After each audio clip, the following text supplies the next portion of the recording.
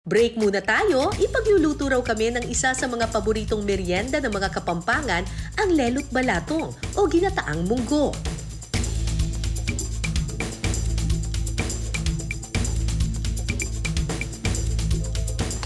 Una munang tutustahin ang munggo. Pagka po ganito na yung kulay, ikakrak natin po siya para maalis yung kulay na balat ng itim. Pagkatapos, durugin. At iluto ang gata.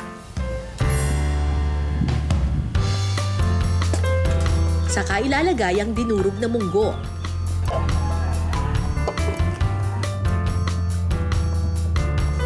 Kapag malambot na ang munggo, pwede nang ilagay ang malagkit na bigas.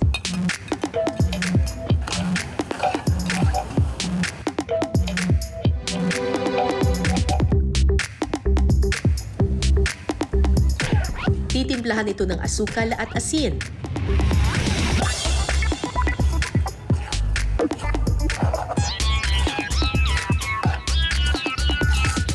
Maya-maya pa, luto na ang lelot balatong. Tikiman time na!